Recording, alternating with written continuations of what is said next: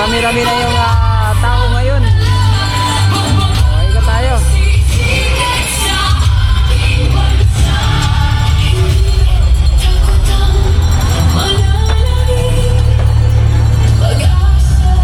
Ayan na, sumisikip na oh.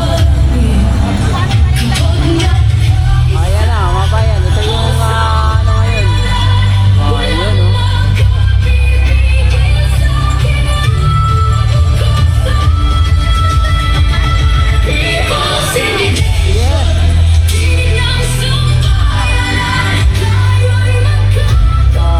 Andito lang sa ilalim ng puno ng sa lilim ng puno, mabayan no? Medyo mainit pa kasi. Ayan no? Ayan, puro busog, pero lahat kami gutom. Ayan no? Dito sa loob, ito yung sa harap ng stage.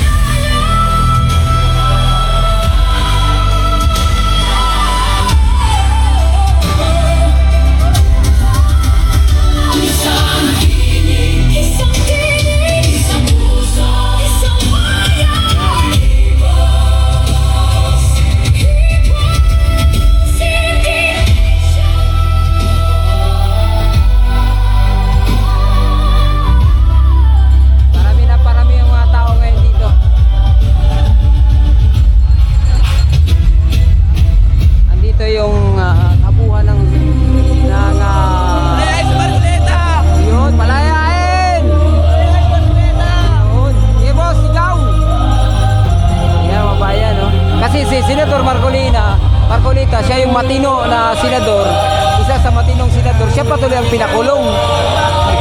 Siya ang lumalaban sa korupsyon, siya patuloy ang pinakulong, mga bayan. Ayan.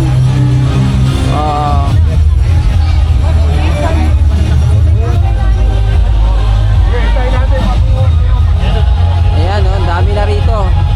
Nakasilong pa kasi dito sa mga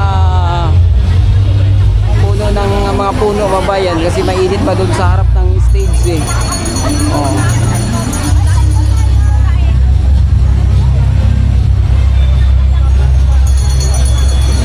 Tingnan nyo naman. Ready yung iba natin mga kabayan dito. Handang-handa. Ikot lang tayo para makita nyo naman kung gaano karami. Kasi ang nakikita nila ay yung nasa bungad lang dito sa loob, sa kabila pa, mabayan. Ikot tayo.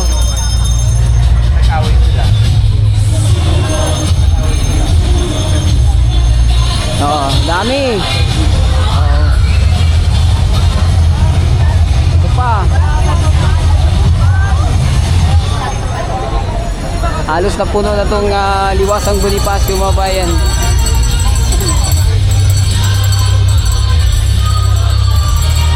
Yan. Umiikot na tayo rito ha.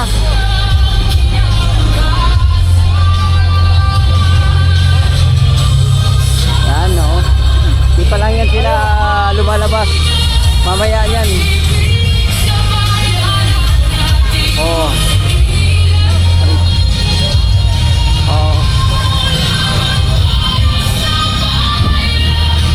Narinig nyo yung pinatugtog, mga bayan. Ayan, mamaya na ito, lalo mapuno pa to. Sa kabila naman tayo.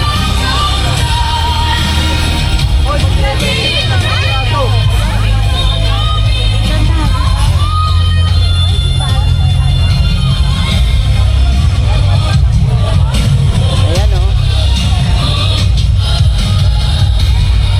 Di talaga pwedeng manahimik ang taong bayan ngayon. Lalo na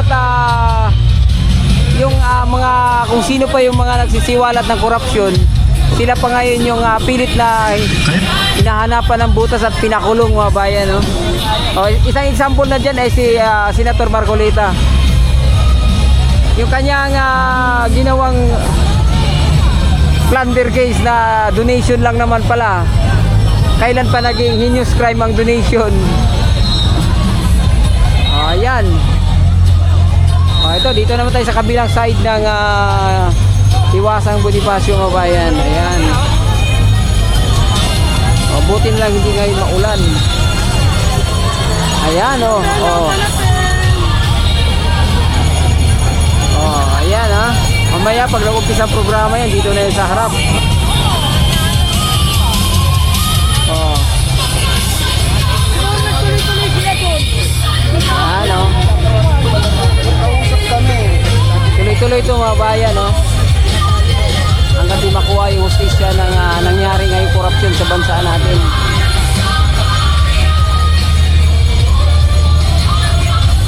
Oh.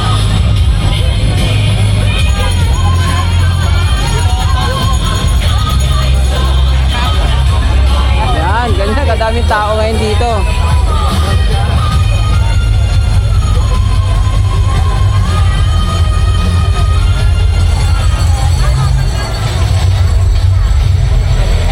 Grupo-grupo dito mga bayan, grupo-grupo.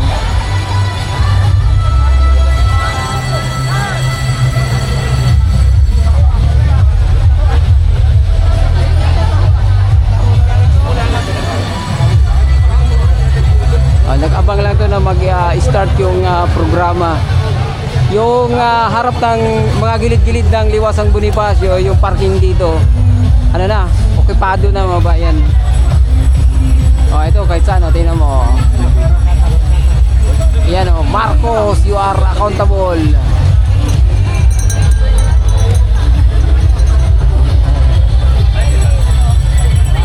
Oh, napuno na to. Ayan, punong-puno na dito mga bayan.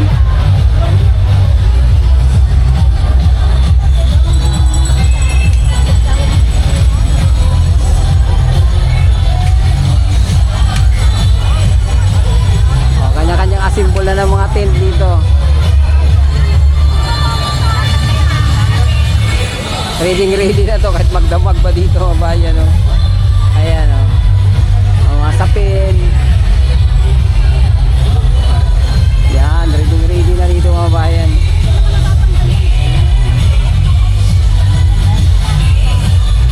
Hanggat di maayos ang bansa natin, dito mananahimik yung mga kababayan natin.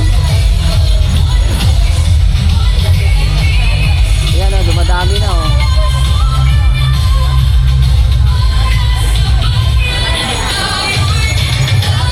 Yan.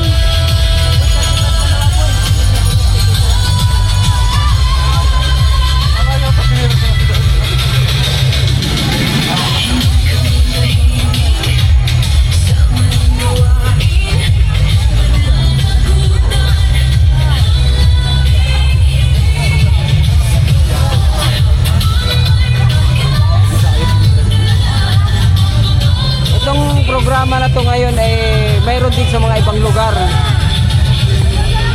Ayan. Mayroon dito sa mga ibang lugar mga bayan.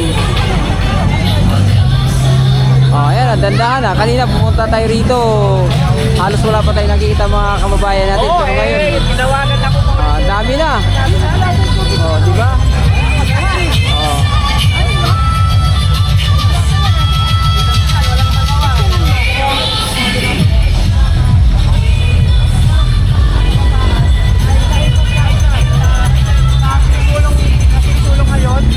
Marinig ang mga ginig ng ating mga kabataan na sobra na kayo, sumusobra na ang pagkurakot dito sa kaban ng bayan at maawa kayo sa mga kabataan namin ngayon. Sana makinig kayo sa aming sa mga tinig namin ngayon dito sa memorial na ito at sana may restore natin ang malakas na Pilipinas. Kuya, ano ang mensahe mo kay BBM? Lalo na wala. Naway sana malaman ni BBM na mailabas at mailangkad ang katotohanan dahil alam naman namin na meron din sangkot dyan na tinatago lamang niya o mga iba pang mga kasabwat dito.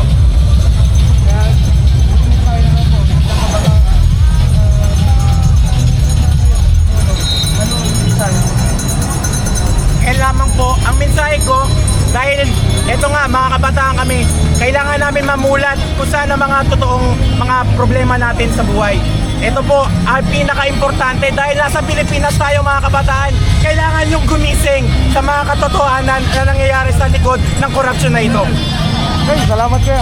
Pakitas uli yan. Pakitas. Roberto Sales po.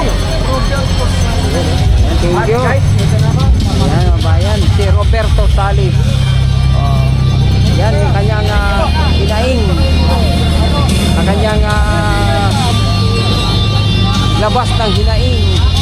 Nagrepresenta sa mga kabataan. Yan yung mga matinong kabataan mga bayan. Hindi yung mga kabataan na kasama ng CPP, NPA, NDF. Yan.